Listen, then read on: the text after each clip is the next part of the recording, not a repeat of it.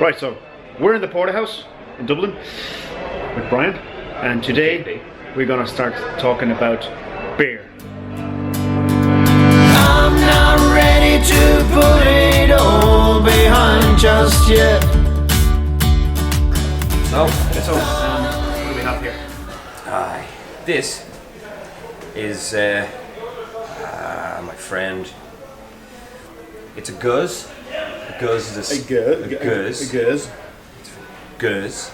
G-E-U-Z-E. Geuze. It's foreign.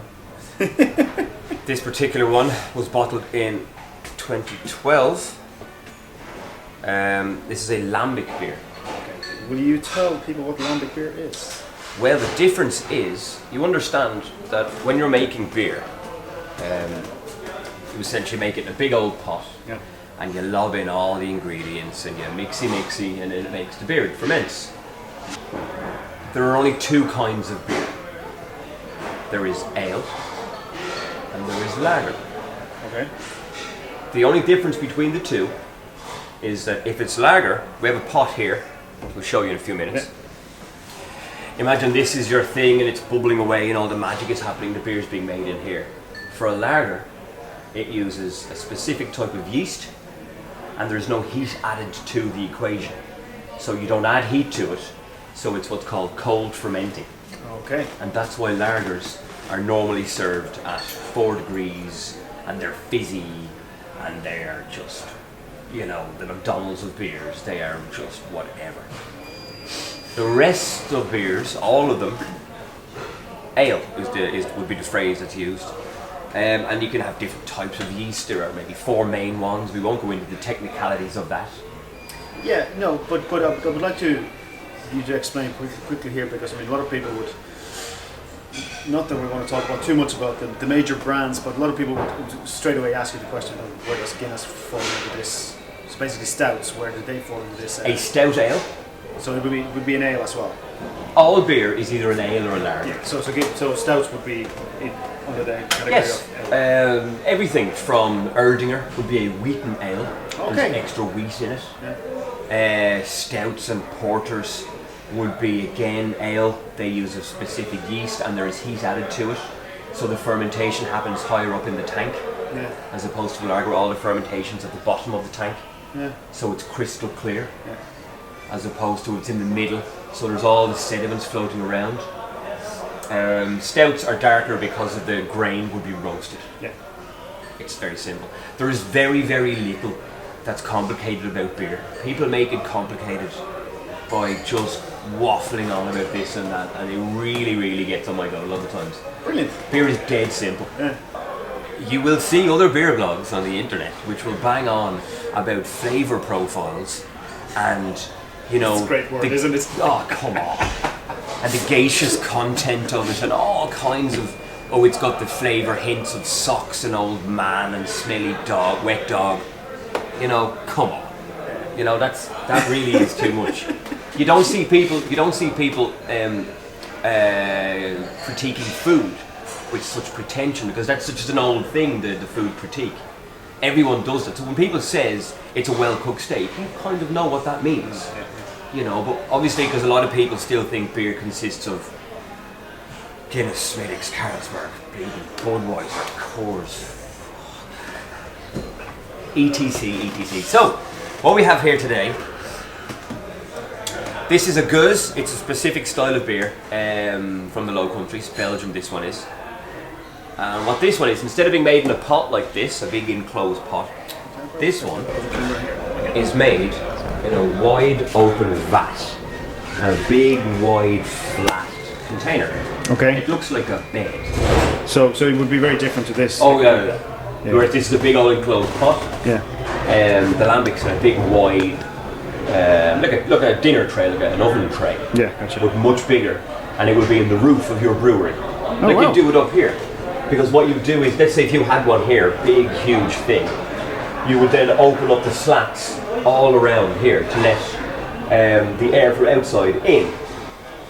So wild yeast would come in, and that's what ferments your beer. So a beer like this with very distinctive flavours. Right.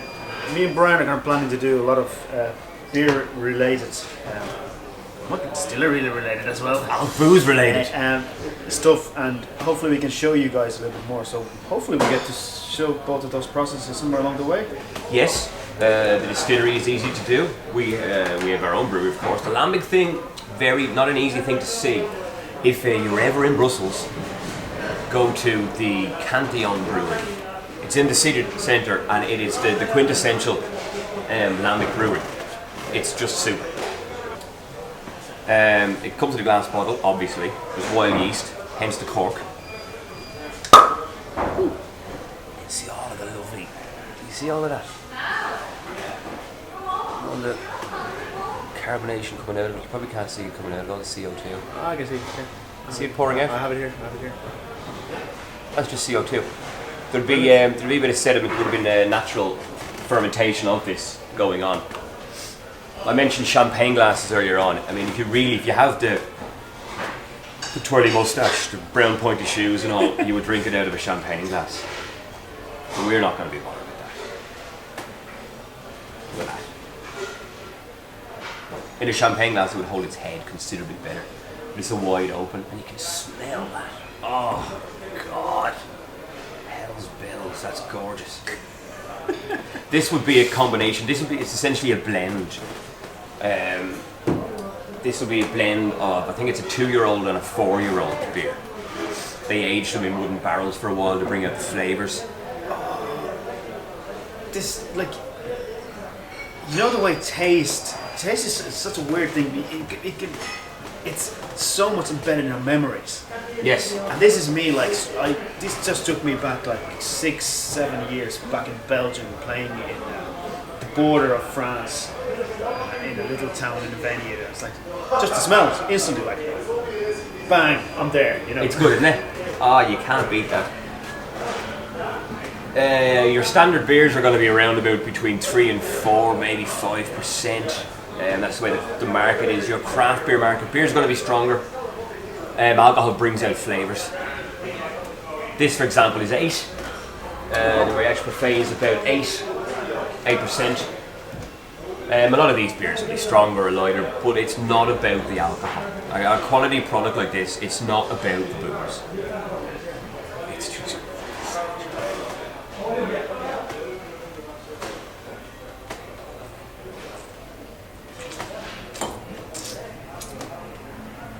Of course.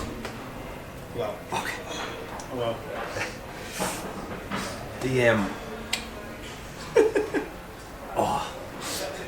What's happening there? Oh, it's just sour. Yeah. Oh, it's gorgeous. It is, isn't it? It's like a baby's earwax. If you look at current, Brilliant. obviously the craft beer thing is to many people 5 or 6 years old. 6-7 years old. It is in this country anyhow. Which is something I think we should mention. We're going to be trumping the big horn of the porterhouse, and even though you work here, I work here as a musician, we're not actually getting paid to say this. We're doing this on our own time, but we're going to go back to porterhouse a lot because they were very, very much the leaders of that market. Essentially created that market. Exactly. No, so If you look at the worldwide market for that thing, what Sierra Nevada has done, what the Rogue brewer did, who sadly passed away now 2 years ago, these guys started this whole movement in, as opposed to mass-produced factory beer, making small batches, and if you can't buy the beer because it's gone out of stock, well then tough, come back next week or next month. We've been doing it here since '96. This used to be a brewery, this building. This used to be downstairs, and we make beer in it. Plus, it's got a great selection of beers, so if you want to do any kind of beer-related thing, you're going to have to go somewhere you can get the beer. And of course, it's a beautiful looking pub. Alright, it's amazing, stunning. It is a good looking pub. Talk to me through. So you're looking at these flavours. It's been blended by obviously experts. We have another one of theirs downstairs, which is a basic Geuze, which is just a 2-year-old. Don't quote me on that. Yeah. It's brilliant. The Belch is just. It's part of drinking beer, so. It's a highly carbonated product. Yeah, but it's it's not like when you say highly carbonated, it makes me think of like a German fizzy water, which is like the bubbles come punch you in the face. This is like these are really fine. Again, it boils down to what the carbonation. If it's in something like a German beers, it's going to be CO2, and they're bigger bubbles. Yeah. Nitrogen is smaller bubbles. Look at the head on a good pointed stout. It's nitrogen. The bubbles are tiny. These are bigger. You drink this, it'd feel the fizz. But if you look at that, there's hardly any carbonation in that. You know, you can see it on that. Yeah, there's not a lot of bubbles in there, but when you drink it, actually, the way you mentioned it does remind a little bit like the bubbles you see in champagne. that's what these beers will be. Champagne because of the yeasts. That's what I'm saying. It's better with champagne glass. And frankly, I would much prefer. We had a fella proposed to his woman downstairs 2 weeks ago, and he wanted champagne, but he clearly didn't look like we need to stick up for because champagne's a bit pricey. And I said, why that? You're in a beer place. Here, a bottle of this. Do you love this champagne glass sticking out bleeding strawberry on top of it? She was happy out. But it's got all the best champagne I've ever tasted. You know. And if nothing else, it's half the gravity, it's half the alcoholic content of the champagne as well, which is a thing. No, I haven't been drinking lately much beer. Gee, the fact that damn you Porterhouse Group came up with a wonderful gin. Gin. It's very kind of long lingering aftertaste, like really deep down in your throat. Like it's almost like a. It's a beautifully balanced product. It's a great beer. Oh, it's amazing. If all the flavours disappeared, you'd be inclined to have another mouthful, and by the time you finish that, you're bored with the drink. Whereas this, you'll slobber over this for a good 40 minutes if you're in the mood for it, because it's tasty. It's really good stuff. It's all of this. Slower a case of that for 40 minutes. You wouldn't. At 8%, you'd more than likely wake up in somewhere foreign with no shoes on you, you know. That's A different haircut you didn't go to sleep with. I thought that was the plan all along. It's never the plan, it does happen occasionally. Yeah, that's why I like to double lace my shoes when I go drinking. Yes, it's a lambic. The Lambic Valley, south of Brussels. There we are, facts, we like facts. Sort of on trend, if you will. My young people will use the word on fleek. I've read about it somewhere, I don't even know what it means. And sours are like this month's flavour of the year, if you will. And what the Americans would call a sour beer. Would use specific yeast as well. There's a lot of the breweries are making them now. And the bigger breweries are making them. I saw in our sister pub across town we had the Metal Man having a sour. And then of course they're starting to dry hop the sours as well. Which, oh my god, when you drink one of them, it gets you. Dry hop. You go back to your pot, all the grain goes in, you break up the grain, you add a bit of water, you raise a bit of heat, the enzymes come out of the grain, you add a bit of yeast, the yeast eats the starch in the grain, produces alcohol and CO2. Then you will add some hops in then. Hops are essentially antibacterial, other than adding flavour and bitterness and aroma. So you would throw in some hops in the beginning, and then maybe in the middle of it, and then near the end if you want. So the dry hopping, what people are doing now is, at the very end of the process, you get like a small muslin bag and you throw in loads of hops, tie that up, and just lob it into the thing, and it will add. They won't last. If your beer is, once you keg that beer within 2 weeks, a lot of those flavours will have gone. But if it comes fresh and it's been dry hopped, you can taste the hops, all the alpha acids and the little crystals on the hops go into the beer, and they get the flavours on the. It's a good thing. It's just a new thing. But when you dry hop a Geuze, oh god, I had one with the missus in Brussels during the summer. Now I have a good set of taste buds for all these kind of things. So we had a little tiny glass. And I said to the lovely man, lovely man, can I have more? Because this is very small. He's like, oh no, you must wait for a while. You must get used to it. I'm a beer drinker now. The moment it went into my mouth, my whole face tried to turn itself inside out. Oh, brilliant. Twitches. Everything. We have to go try that. It's unbelievable. All the hair in my ears just turned in, like the dead caterpillar's legs or something. Mental.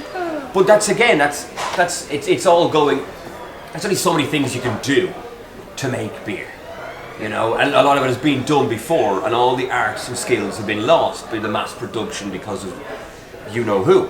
But people like these they haven't lost these traditions. They've been making the same beer. Some of these people are making the same beer in the same way for hundreds of years. Trappists, the Benedictine monks in Belgium, making the same beer, same techniques, same recipes, same pots, the same magic stick.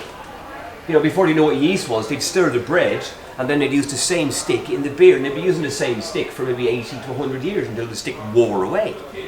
And it's bloody gorgeous. It is. I'm a little bit speechless. I feel like it's the kind of beer that you really have to appreciate it, don't you? Like, you can't just... It's not for your Budweiser drinker. Yeah, it's not a... No, they'll say it's gone off, or that's grapefruit juice or some rubbish. As you said, there's a lot of complexity there. Well, you can have a pint of Guinness or any of the mass-produced factory beers. They don't have any real flavours to it. You know, let's say for example you're sitting in a snug of a pub and the snow is coming at you sideways and there's, you know, all that kind of jazz, and it's bitter cold outside and there's a fireplace, you've got the Sunday papers and you have a pint of Guinness, but you'd be drinking 4 or 5 of them because sure, if you get something like a real good pint of good, proper, good, strong enough beer, like the Rasslers that we brew, for example, if you will allow me to do that again. I mean, that there, you can sit it there. And when you first taste it, you know, it's around about 6 degrees temperature-wise. That's all right. But as the room warms up and the beer warms up, more flavours come out of it. You know, esters start to rise out of the beer, and you can smell it before you taste it, and you know, you're in the armchair, you've got your pint, and it's just a better way of drinking beer. You know, you can do it on Friday night, get your bottle to the weekend, and you pour it into a pint glass with a drop of port and drop it in one go. But that's not really drinking.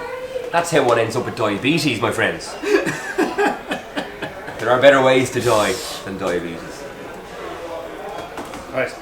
Cheers. I think we're going to leave it at that. I think that's quite a wonderful... But I can see there's not much more you can take. But I can see there's not much more you can take. But I can see there's not much more. But how do you know what makes me earwax? Oh, you can read about it on the internet.